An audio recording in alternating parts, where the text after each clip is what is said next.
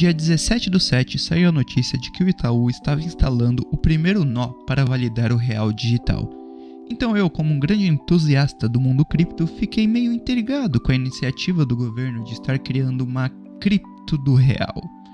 A primeira vez que eu tinha ouvido falar sobre o real digital foi em 2022, com um vídeo do Bruno Perini, falando a respeito dos riscos que o real poderia trazer para a nossa sociedade. Na realidade, quando eu acabei pesquisando mais a fundo para poder fazer esse vídeo, eu percebi que essa ideia estava sendo estudada desde agosto de 2020. Foi nesse mesmo período quando o Banco Central começou a organizar um grupo de trabalho para estudar a emissão da moeda digital no Brasil, que é o tão famoso real digital. Esse movimento de digitalização do dinheiro não é nenhuma inovação brasileira. A primeira moeda digital, de fato, foi o Bitcoin, que por sua vez vinha com uma ideia de funcionar de forma descentralizada, ou seja, sem interferência de nenhum governo, banco ou até mesmo empresa por trás dela. Um dos grandes diferenciais do Bitcoin foi que ele nunca possuiu nenhum tipo de moeda ou cédula física que as pessoas poderiam tocar. Ele era inteiramente digital, formada a partir de um código único, por isso entrando numa categoria nova que a gente apelidou de criptomoeda. Além disso, o Bitcoin também tem como característica ser uma moeda limitada, diferente do real, dólar e euro ou qualquer moeda digital que provavelmente eles vão inventar, que vão ser emitidas conforme a necessidade do país. O Bitcoin, em seu código, foi criado de forma que somente 21 milhões de unidades possam ser emitidas. O Bitcoin é negociado na internet em uma rede própria, a blockchain, que não é nada mais nada menos do que um banco de dados onde são registradas todas as transações feitas com Bitcoin entre os participantes dessa rede. Cada transação do Bitcoin é feita entre os membros através de um software e também por membros mineradores anônimos que verificam cada transação e, em compensação por estarem usando seu poder computacional, ganham frações de Bitcoin chamadas de satoshis. Já o real digital será validado por bancos e parceiros do governo que validarão a emissão e a distribuição das moedas para o público geral. O real digital usou a linguagem de programação do modelo de tokens do Ethereum, o ERC-20. O Ethereum é a segunda maior criptomoeda do mundo. Na realidade, o governo só utilizou a base do Ethereum para fazer essa aberração financeira. Mas é só a base mesmo. Mesmo que isso não signifique que seja uma criptomoeda no sentido que a maioria de nós esperaríamos de uma criptomoeda. Agora você deve estar se perguntando qual é a vantagem de usar as moedas digitais geradas pelo governo. Bom, aos olhos do Banco Central, ao utilizar as criptomoedas, eles teriam uma redução nos custos para gerar novos reais como transporte, armazenamento, proteção e, é claro, a fabricação dessas moedas, já que elas serão feitas 100% online apenas com linhas de código e serão impossíveis de serem convertidas em dinheiros de cédula. O cidadão apenas receberá um código gerado pelo Bacen, ao qual indicará o valor a ser recebido em sua carteira digital. Além, é claro, da possibilidade da geração de smart contracts, que facilitarão as transações do dia a dia. Supondo que você queira comprar uma casa utilizando essas moedas digitais, sempre existirá o medo que você realize o pagamento primeiro e a pessoa não passe a casa para o seu nome, ou do contrário, a pessoa passe a casa para o seu nome e você acabe por não realizar esse pagamento. Com a criação de um contrato inteligente, seria possível executar a transferência do dinheiro somente quando a casa já estivesse em seu nome, assim fazendo uma transação mais tranquila para as duas partes.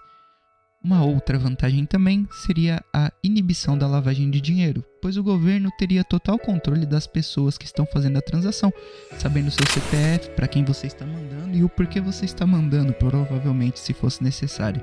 Uma outra possível vantagem seria a redução dos custos para mandar o dinheiro internacionalmente, caso as outras nações também aderissem ao conceito de moeda digital, já que, por conta da tecnologia das criptomoedas, você pode fazer um switch entre as moedas.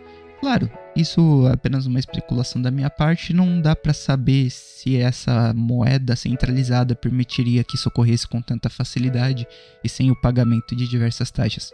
Temos que esperar para de fato ela ser lançada para descobrir se isso aconteceria. E meio que as vantagens do real digital acabam por aí mesmo. Agora eu gostaria de falar um pouco sobre as desvantagens, que é o ponto que eu acredito ser mais importante para nós cidadãos e o que terá mais impacto na nossa economia e no dia a dia. Analisando os códigos-fonte do Real Digital, foi descoberto uma controvérsia e tanto. Um desenvolvedor chamado de Pedro Magalhães já descobriu uma função no Real Digital que permite o congelamento de carteiras que utilizem a moeda. Para realizar suas descobertas, Magalhães utilizou o código-fonte do Real Digital que está aberto ao público. Posteriormente, o Banco Central confirmou que o contrato terá essas funções. Naturalmente, a descoberta acabou por gerar algumas preocupações com relação ao Real Digital e suas funções de congelar ativos para cidadãos brasileiros. Mas para Pedro, essas funções polêmicas não diferem muito do que já se tem hoje em dia. De acordo com Pedro, quanto à centralização, é possível abusos governamentais. Acho que isso não muda muito em relação ao cenário atual, afinal o Estado já pode congelar contas via Pix, se assim entender. Portanto, na prática, isso não mudaria nada de acordo com ele. É só importante ressaltar que existe uma certa dificuldade para que isso ocorra, já que isso deve ser judicializado e passado para as estruturas bancárias poderem seguir. No caso do Real Digital, o Banco Central poderá fazer isso a qualquer momento e sem necessidade de passar pelas estruturas bancárias. Lógico que haveria uma judicialização, já que ele é regulamentado, então a gente tem que ficar esperto com esse caso. Caso você fale alguma coisa que o banco não goste, pode ser que eles cortem a sua conta. Além disso, existe também o fato do governo ter acesso o tempo todo de todas as coisas que você está consumindo e com que você está gastando o seu dinheiro. Vamos supor que por alguma razão o governo está fazendo uma campanha de saúde contra os cigarros digitais que vêm se popularizando todos os dias. Eles percebem que você está gastando seu salário em lojas que vendem esses vaporizadores digitais. E por algum motivo, por eles quererem reduzir a quantidade de gente que está utilizando, eles podem simplesmente travar essa sua transação indefinidamente, te impedindo de realizar a compra que você tanto queria. Afinal, como eles têm o poder de consultar para onde seu dinheiro está indo, eles podem só simplesmente bloquear esse tipo de comércio, caso seja necessário para eles. Se eles precisarem estimular a economia, por algum motivo as pessoas estão economizando mais do que gastando, eles podem colocar uma data limite para que você gaste o valor. Senão, o mesmo terá sido queimado e perdido para sempre aí na blockchain.